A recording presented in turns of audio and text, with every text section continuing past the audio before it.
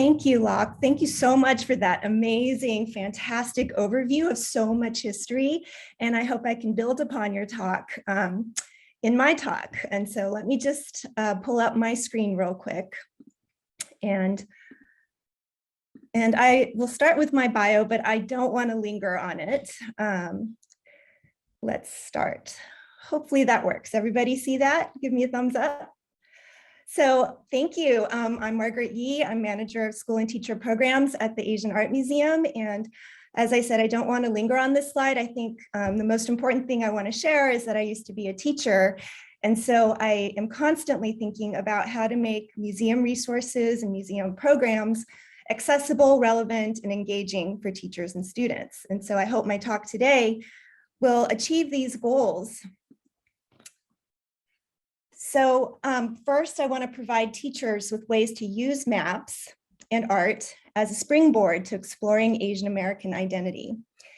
I want to support students' critical thinking about maps and works of art. And so Locke mentioned, how media plays such an important role in our perceptions of ourselves and of each other. And maps play a big role in that too. So we'll talk more about that in a minute, as well as the works of art that can help us to connect with each other. I'm going to provide examples of artworks that spur discussion of Asian American history and identity. And I hope to uplift Asian American artists who have only recently been recognized as part of the history canon or the art history canon. And then I'll provide activities and resources that teachers can use to further student reflection on their own identities. So, as teachers, it's so hard because you have so much to cover, and coverage is such a hard thing for all of us to grapple with. But hopefully along the way, you're helping kids connect. And so my hope is not just Asian American kids, but all of the kids in your classes will connect to this material and reflect on their own identities and who they are. Finally, I want to show how museums can be helpful partners to teachers. So I'm going to be sharing stuff, not just from my museum, but from other museums. So you can see, use museums as a way to make this material exciting and relevant for your kids. So before I start, I just want to do something our museum does before every program and every talk. I just want to acknowledge that our museum is on the ancestral homeland of the Ramaytush Ohlone, the original inhabitants of the San Francisco Peninsula. And as guests, we recognize that we benefit from living and working on their traditional homeland. And that feels like an appropriate way to start this talk, because building upon what Locke said earlier, we're trying to bring out invisible stories that aren't often covered or talked about. And so our land acknowledgement is one way of doing that. And so my talk, in a way, should really be called Remapping Asian American Identity, because what I'm hoping we can do is help our students to reorient themselves. Maps often tell us, where we're going. Maps tell us where we come from, they tell us where we belong. And so for Asian Americans, that can be a fraught experience. And I'm going to show you more of that in just a minute. Maps are seen as a source of authority, right? I mean, think about how your kids use their phones and look up Google Maps and just assume that's the truth, right? That's right, when sometimes it's not. And so it's important for us all to think about not just what a map shows, but what a map doesn't show. So as a warm up, and we won't have time to do this right now, but this is something you can do with your students. And I know we have a range of teachers from across grade levels here. So you can scaffold this up or down depending on what grade level you teach, but have your students sketch a map of your favorite neighborhood or their favorite neighborhood. It could be any neighborhood that they enjoy spending time in. And so this is my map of the International District in Seattle. Maybe there's someone from Seattle here who can recognize some of these landmarks I put on the map, but each student then puts the landmarks that mean something to them. Right? And they can use colors, add captions and notes. My colleague Pamela made her map of Oakland Chinatown for all the places that are meaningful to her. And so as students make these maps and share their maps with each other, they show that the map has meaning because of their lived experience. And so What's hard is sometimes maps seem to, tell one story when really we need a multiplicity of maps to understand what is really happening in those communities, right? What the experience is for the people living there. Another possible thing you could do with your students is have them draw the maps for the same location, the same neighborhood, or even just your school, and have them compare with each other how their maps are different. Because I did this once at the school where I used to teach, and the kids all had different places that were meaningful, right? For some kids, the gym is the most meaningful place. For other kids, it's the library. For other kids, it's the main patio. And so it's just important for them to get that sense, okay, the map is just a work of art, right? Any map is just a work of art because there's interpretation involved. There's an agenda, there's a story that's being told by the map. And maps, are supposed to tell us supposedly where we come from. And that can have implications. So just take a moment to take a look at this list, which is from the US Census homepage. These are definitions created in 1997, and they were used in the most recent census taken in 2020. So just take a moment to look at all of these terms, and I'm sure questions will immediately pop up for you. So we'll just quietly take a moment to look at this.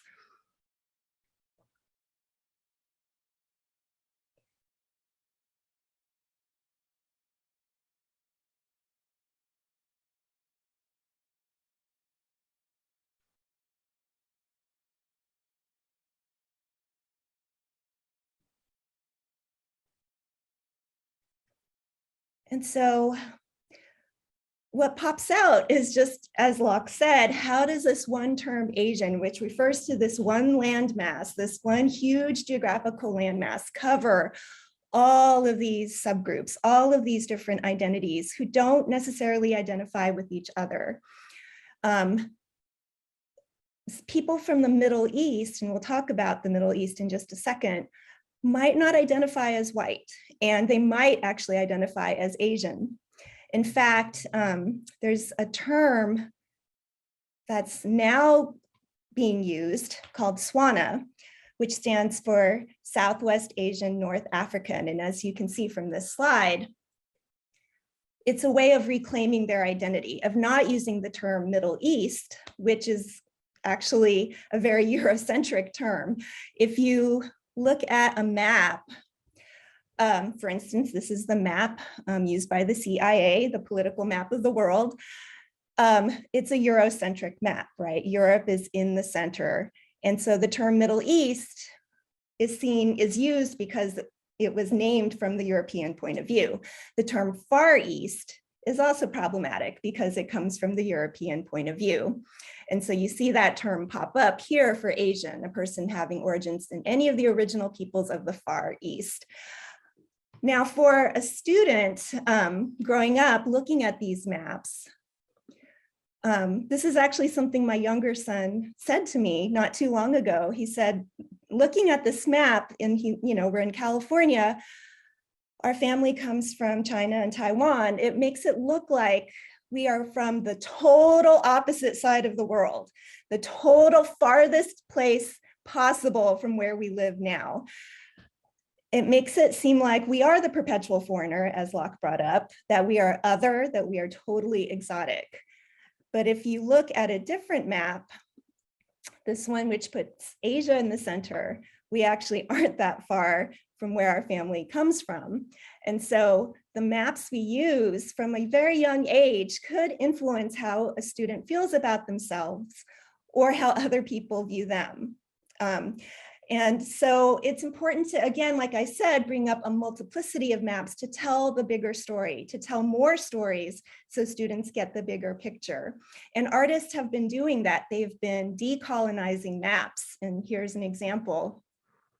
Here's a map of our Bay Area rapid transit system, our train system, but with, instead of places like MacArthur Avenue, instead of places like Lake Merritt, they got renamed. And the names are of civil rights leaders, of Black Panther leaders. So more of the history of the Bay Area comes out in this map. And it's by an Asian American artist, Kenji Liu. And there are Asian American names on here. As Locke said, many Asian American activists from the 1960s aren't heralded, usually in the history books or in history class, but you see names like Yuri Kochiyama here, Richard Aoki, Bruce Lee, Fred Korematsu. And so it's a way for kids to, first of all, think, well, where did MacArthur Station, where did that name come from? Well, it actually comes from a World War II general. And so all of these things actually become a deep dive where students can research, learn more, question the maps that they have accepted, and again, have a new perspective on the world and where they come from. So to bring this to art now, I'm going to show you another map that might not be in the history book you use. It's a map of Japanese American confinement sites in the US during World War II. And this comes from the Japanese American National Museum in Los Angeles.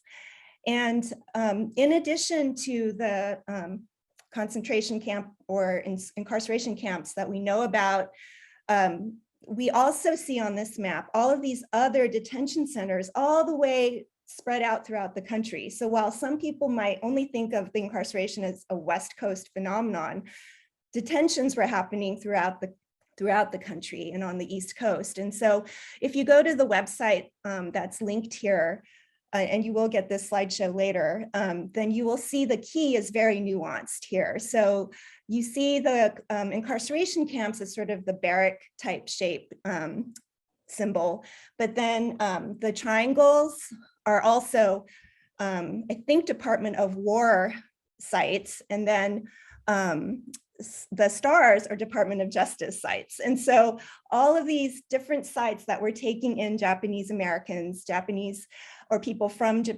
Japan were operating throughout the country, even though supposedly the biggest threat, and I use the word threat is problematic, as Locke said, was on the West Coast.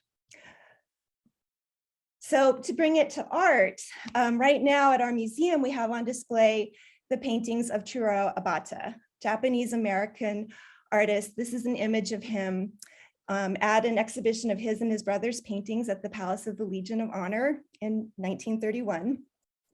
And he is mostly known for his paintings of nature, his grand landscapes. On the left is a landscape he painted of the sunset over the Sacramento Valley. On the right is an image from Yosemite. You see El Capitan and you see Half Dome peeking out in the back.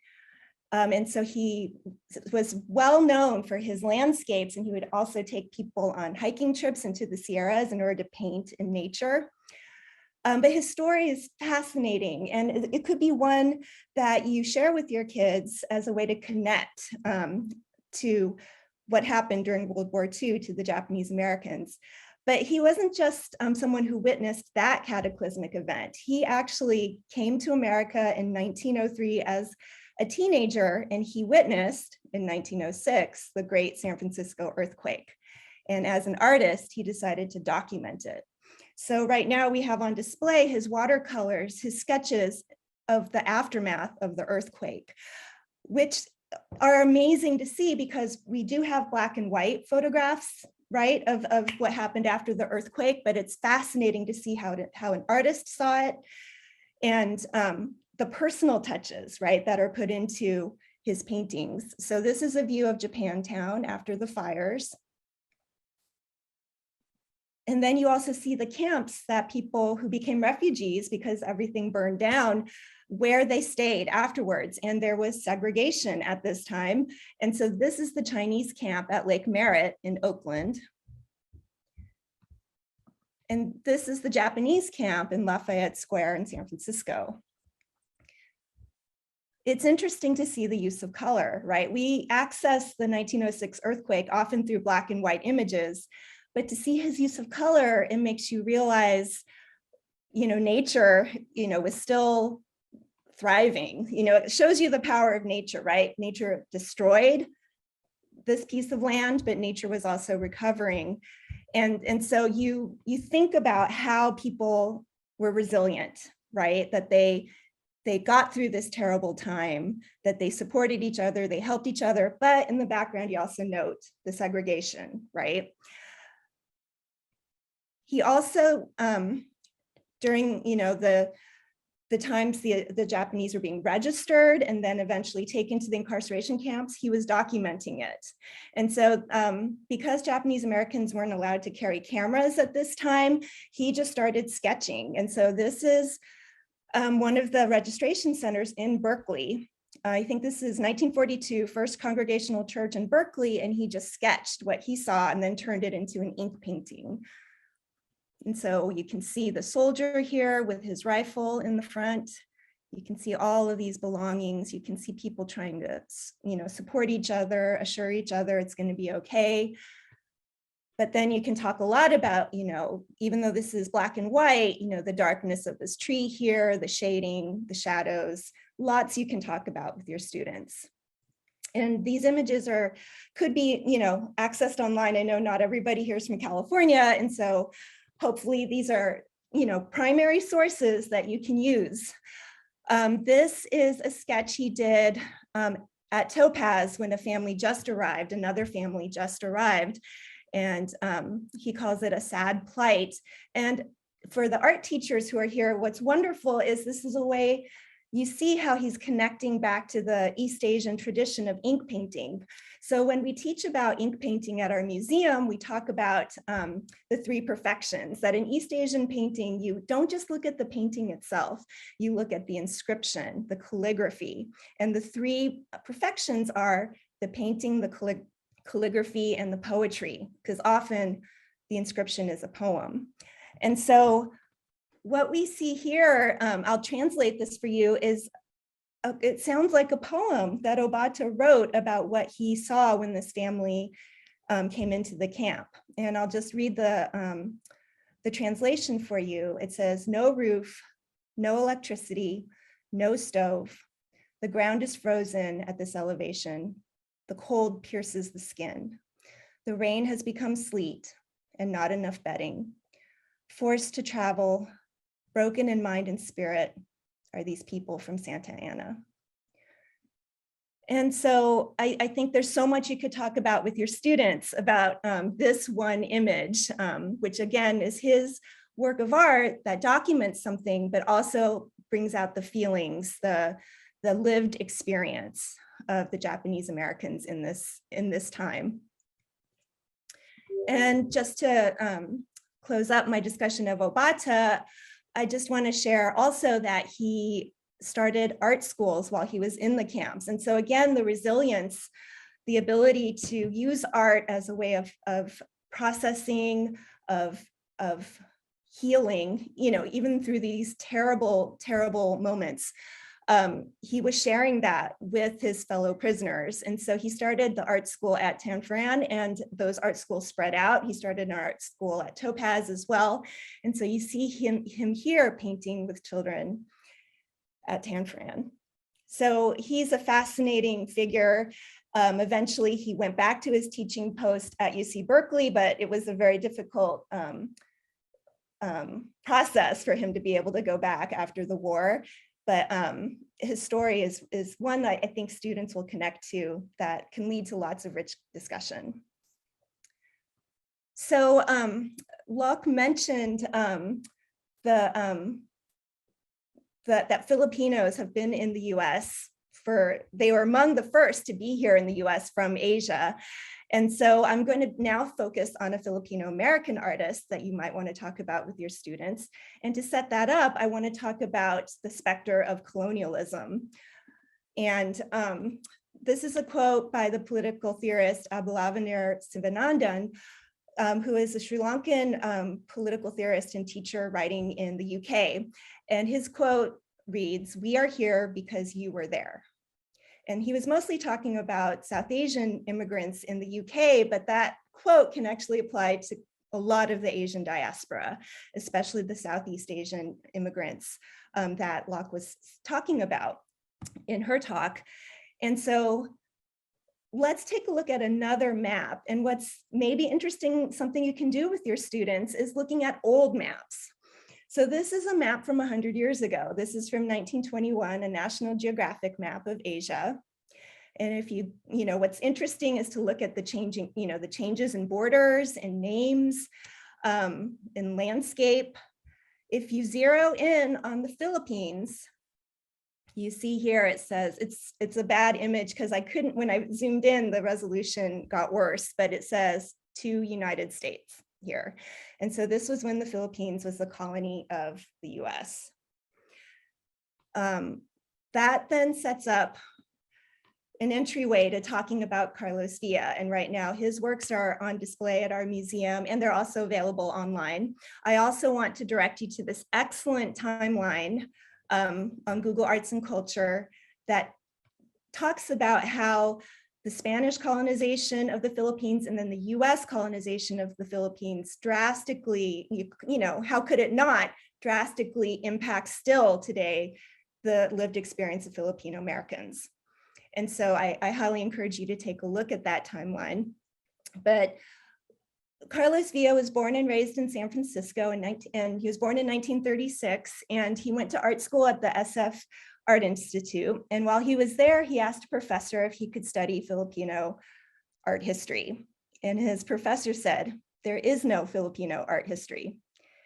And so you can think about why the professor said that. What does that mean? What are the implications of that statement? But what that set Villa on a path on was trying to create that Filipino and Filipino American art history of making the invisible visible, of staking a claim. This is art. This is important. This is our identity. This is our culture. And so while as he was younger, he was an abstract expressionist, he then moved towards really focusing on the inspirations from the Pacific Islands and trying to create a new kind of art that would stake a claim for Filipino Americans in the art history canon. And so this is one of his pieces. It's a huge cloak, and he was inspired by capes and cloaks from the Hawaiian Islands and from the Pacific Islands that were associated with royalty, the feather cloaks that we see. And he wanted to make it his own. And so he put all these feathers on there to give it a sense of grandeur, but then he also added these circular marks. And you'll see this a lot in Carlos Villa's art, all these circular marks. And the curators for this show think it was a combination of things, why he used these circles so much, that it was sort of an outgrowth of when he was a bartender and he was constantly wiping down the counters and the tables, and it became this sort of automatic thing for him. So it, went into his paintings as well. But then it was also a sign of action, of circular action, of trying things over and over again to make a difference, to make a change, and also the rippling out of your actions so that you influence others, you help others, you support others. And one of his favorite sayings when he was teaching was step up, do something, help others to take that step up. So taking this cloak, you could do a lot with your students. You could have kids design their own personal cloak. And this is actually happening at our museum right now. We're giving visitors huge coffee filters that they can play with and turn into their own cloaks. And these are some of the results. And what I love is that one person created one that looks like the flag of the Philippines. But everybody's cloak is different. It shows something about them. It shows where they come from. So here's a cloak that has Russian dolls all over it. And I've also seen cloaks with Arabic written on them. It's just a way for everybody to make a statement about themselves and also claim that identity, that royalness that he was trying to go for with the grandness of this cloak. And I've actually seen some people wearing their cloaks around our museum. So other works that might be interesting to talk about with your students. Here's one called First Impressions. And this is where Villa took paint and put it on his face and then made impressions of his face on all these little panels. It's like showing you the different sides of him. They're like the phases of the moon, right? Like how we all have phases we go through. And what he was doing, he was trying to use his body as an art implement. He was trying to show, I am here, I am physically here, I am present, I'm not invisible. And what's really powerful is after he finished this, he said that he didn't see his own face in this artwork, he saw his mother's face. So as a way for him to connect with his past and his family. But you'll see later when you see the reference library and all the resources in the reference library, I've linked an activity you could do with kids. It's a zine activity that allows them to reflect on their identities. And for instance, what are the first impressions people might have of you? How do you feel about those impressions? To build off of this artwork. And then there are other prompts throughout the zine that help the kids to delve deeper. But all of the prompts are inspired by artworks by Carlos Villa. One other artwork that's really interesting to talk about is this one, which he calls Tattoo. And he did a whole series of these, and this isn't actually a photograph with the tattoos on his face. This is actually a Xerox copy of a photograph of him. And on that Xerox, he drew on the tattoos, creating marks to, again, claim his identity. And what he was doing here was there are actually interviews where he talks about how he was studying ethnography and, again, influences from the Pacific. And what he would see are images taken by the colonizer, right? He calls the camera a colonizer's tool, and that sometimes that camera takes a little bit of your soul. And you can actually find a video of him talking about this on YouTube. And what he was trying to do was reclaim himself by making marks on himself, you know, in a way that would say, this is me, this is only me, I'm saying who I am, not you. And so that could be something interesting to talk about with your students as well. Because tattoos, you know, are very popular, and I'm sure your students could talk a lot about how tattoos are a way of proclaiming your identity. And so using artworks, thinking about maps, I think all of this can help students to get through this very difficult time, not just Asian American students, but all students. This has been such a difficult 2.5 years we've been through. How do we find that solidarity, that connection to each other? How can we help non-Asian students to understand the lived experience of Asian Americans? Not just by looking at artworks by artists like Chiura, Obata, and Carlos Villa, but let's uplift the artists who are working now. So for instance, right now outside of our museum, we have a mural called Pattern Recognition by the Filipino American artist Jennifer Wofford. And this is a mural that celebrates 9 Bay Area artists, including Carlos Villa and Chiura Obata, and places them in the art history canon, because you'll see patterns here, not just from these artists' work, but patterns from our museum, from the traditional art in our museum. And so this again could become a rabbit hole where kids go and study all of the different artists on this mural. They could think about, not just the artistic patterns that are on this mural, but just patterns in general, because the title Pattern Recognition also refers to all the stereotypes, all those images like the model minority, which Locke talked about, which again limit Asian Americans and keep us, in our place, supposedly. So pattern recognition can refer to all the stereotypes that affected these artists as they were trying to become artists.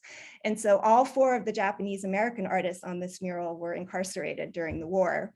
All 4 of the women on this mural faced incredible sexism as they were trying to establish themselves as artists. And unlike their male counterparts, weren't able to become professors at universities. So I mentioned that Obata was a teacher at Berkeley. The women on this mural were not allowed to become professors. They were seen as domestic, right, as doing crafts, not art. So there's a lot to talk about there. One of the female artists on here was Bernice Bing, and we have a show about her coming up as well. And she was a Chinese American lesbian artist who was an abstract expressionist, but who didn't get the acclaim that the male white abstract expressionist got at the time, people like Diebenkorn or Pollock, for instance. And so her story is really powerful and one to talk about. Or you could look at how art can be used as a form of protest or a way of bringing people together. So this is the art of Thai Indonesian American artist Amanda Ping Bodapakia, and you can see her artworks all over the country, actually. These are big artworks she has up in New York, in Boston, and she has a mural in Oakland as well, near Jack London Square.